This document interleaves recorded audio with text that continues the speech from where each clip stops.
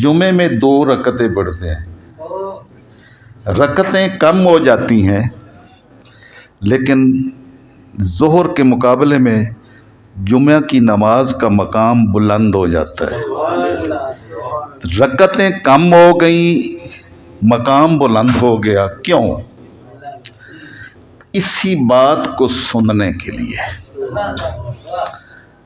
اس میں جو خطبہ ہے، یہ خطبہ اللہ اور اس کے رسول صلی اللہ علیہ وسلم کی رضا کا کلمہ سننا، شاید کوئی ایک لفظ شاید کہ اتر جائے تیرے دل میں میری بات، تو وہ اس کی لذت پھر پورا ہفتہ آپ کو نصیب رہے گی۔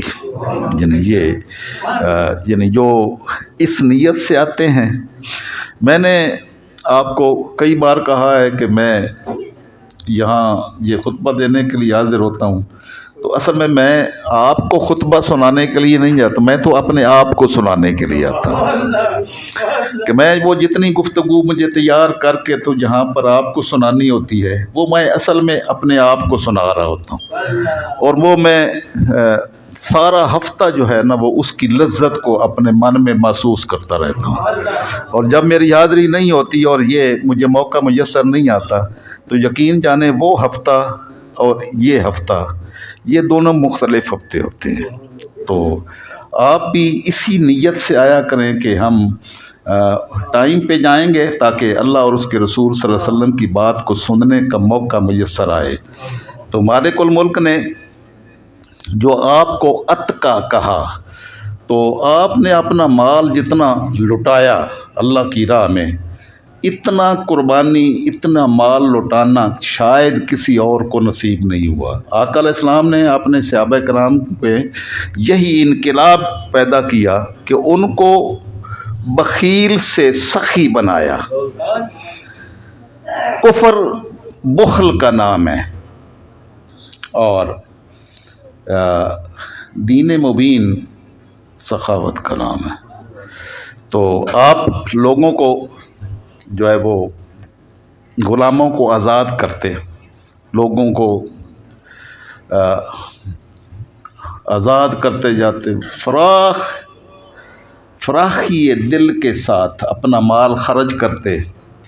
حضرت بلال کو تکلیف پہنچاتا مالک امیہ بن خلف، تو آقا علیہ السلام کا گزر ان کے پاس سے ہوا ایک مرتبہ، تو وہ بڑی تکلیف میں آپ کو انگاروں پر لٹاتا اور تکلیف دیتا کہ یہ دین چھوڑ دیں۔ تو آقا علیہ السلام اسی حالت میں ان کے پاس سے گزرے، تو وہ تکالیف دے رہا تھا تو کہ دین چھوڑ دو، آپ پر غشی طاری تھی، لیکن جب بھی ہوش آتی تو آپ احد احد کا کلمہ کہتے۔ تو سید الانبیاء صلی اللہ علیہ وسلم نے جو وہ احد کا کلمہ سنا تو آپ نے فرمایا احد احد ینجی کا، وہ جو احد ایک ہے نا وہ تمہیں اس سے نجات بھی عطا فرمائے گا۔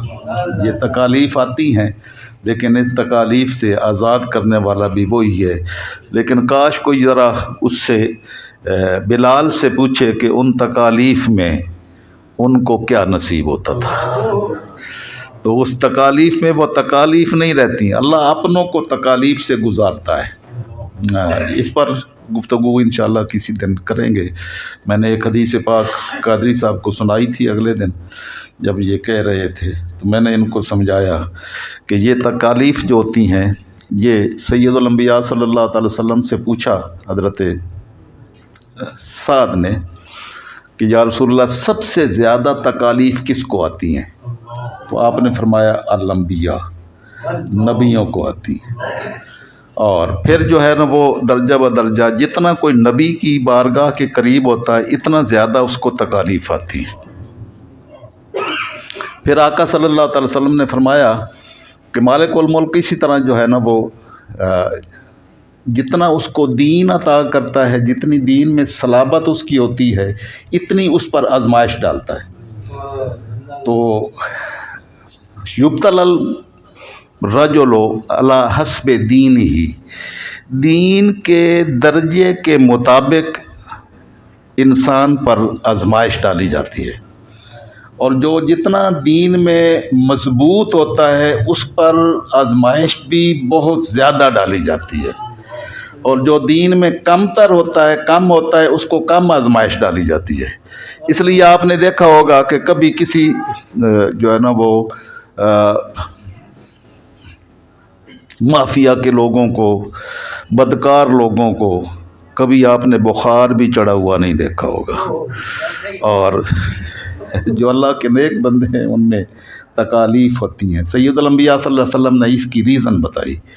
ریزن یہ بتائی کہ مالک الملک اپنے لوگوں کو جو ہے نا آزمائش میں ڈالتا ہے، اور وہ آزمائش میں رہتا ہے، آزمائشوں میں ڈال ڈال کے تو وہ اپنی زندگی آزمائشوں میں ہی گزارتا ہے، تو وہ زمین پر چلتے پھرتے وہ ایک ایسا شخص بن جاتا ہے کہ ان تکالیف کے ذریعے سے جب وہ یہاں سے رخصت ہوتا ہے تو اس کے نامہ اعمال میں ایک خطا بھی باقی نہیں ہوتی۔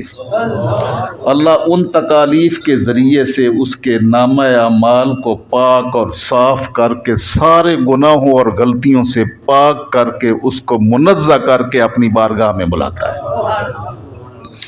تو یہ آقا علیہ السلام نے فرمایا کہ مالک تمہیں اس سے نجات دے گا، احد ینجی کا۔ صدیق اکبر کو آ کے آپ نے ان کے احوال بتائے تو وہ رازدار نبوی تھے، سمجھ گئے کہ آقا کیا کہنا چاہتے ہیں۔ تو آدھا سیر سونا گھر سے لے کے نکلے، یعنی آدھا سیر 40 تولے ہوتے ہیں، 40 تولے سونا لے کے نکلے۔ امیہ بن خلف کو کہا کہ یہ اس غلام کو بیچو گے؟ تو انہوں نے کہا کہ ہاں بیچوں گا۔ آپ نے منہ مانگی قیمت اس کی دے کے تو حضرت بلال کو آزاد کروا دیا۔ تو اللہ رب العزت نے یہ آیات مبارکہ اتاری۔ آپ کے والد گرامی کو جب پتہ چلا تو انہوں نے کہا کہ آپ جو ہے نا وہ جو کمزور لوگ ہیں ان کو آپ آزاد کرواتے ہیں، اگر آپ مضبوط قسم کے لوگوں کو آزاد کروائیں تو وہ مشکل وقت میں آپ کا ساتھ بھی دیں۔ تو یہ ان آیات میں مالک نے فرمایا کہ ان پر احسان کرنے کے لیے اور ان سے کوئی نفع حاصل کرنے کے لیے اس سب سے بڑے متقی شخص نے مال نہیں خرچ کیا، بلکہ یہ خرچ کرتا ہے کس لیے کیا ہے؟ مال احد عندہ من نعمت تجزا، یہ کسی احسان کا بدلہ چکانے کے لیے نہیں کر رہے ہیں، لبتغاء وجہ رب الاعلی، یہ اس رب الاعلی کی، سبحان ربی الاعلی، اس کے چہرے کی رضا کی خاطر یہ اپنا مال خرچ کرتے ہیں، اور ورسوف یرضی، اور وہ مالک راضی ہو جائے گا، اور وہ اس رضا کی خاطر یہ کرتے ہیں، وہ رضا ان کو نصیب ہوگی۔ تو یہ مالک الملک نے قرآن مقدس میں مور ثبت کی اس ہستی کے سارے انفاق کی خاطر کہ اللہ رب العزت جو ہے نا وہ یہ توفیق مالک کی بارگاہ سے نصیب ہوتی ہے۔ صدیق اکبر فاروق اعظم رضی اللہ تعالیٰ عنہ کسی شخص کو اس طرح دیکھتے نماز کی ادائیگی کرتے ہوئے تو وہ غلام ہوتا تو اس کو آزاد کر دیتے، اس پر مال خرچ کرتے، تو لوگ جو ہے نا وہ آزادی کے لیے نمازیں پڑھنے لگ گئے، آزاد ہونے کے لیے، کہ دکھلاوا کرنے لگے کہ نماز پڑھ لیں تو آزادی مل جائے گی۔ تو کسی نے آپ کو کہا کہ یہ لوگ جو ہے نا یہ نماز، اصلی نماز نہیں پڑھتے، یہ آزادی حاصل کرنے کے لیے کہ ہمیں غلامی سے نجات مل جائے، تو یہ غلامی سے نجات کے لیے پڑھتے ہیں۔ آپ نے کہ یہ لوگ دھوکہ دیتے ہیں، دھوکے کے لیے۔ تو فاروق اعظم رضی اللہ تعالیٰ عنہ نے ارشاد فرمایا کہ من خادعنا باللہ خدعنا، جو ہمیں اللہ کے نام پر دھوکہ دینا چاہے تو ہم یہ دھوکہ اللہ کے نام پر کھانے کے لیے تیار ہیں، کہ اللہ کے نام پر دھوکہ دینے کے لیے وہ ایسا کرتے ہیں تو ہم پھر بھی کرتے رہیں گے، آزاد کرتے رہیں گے۔ ہم اس کا نام دیکھتے ہیں، ہم اس کی نیت کو نہیں دیکھتے کہ وہ کر کے آ رہا ہے۔ تو یہ وہ کیفیات ہیں جو اللہ اپنے لوگوں کو نصیب کرتا ہے۔ تو اللہ رب العزت ان آیات مبارکہ کے ذریعے سے اس ہستی کا جن کا ہم نے تذکرہ کیا، جن کو اللہ نے اتقا کہا، سب سے بڑا متقی، تو ہمیں بھی مالک الملک تقوی کی کوئی رمق عطا فرما دے تاکہ ہم بھی اس کے رضا کی حصول کے لیے اپنی تگ و دو کو جو ہے نا وہ اس طرف لگا سکیں۔ اللہ رب العزت ہمیں دنیا و آخرت کی سعادتوں سے نوازے۔ وما علینا الا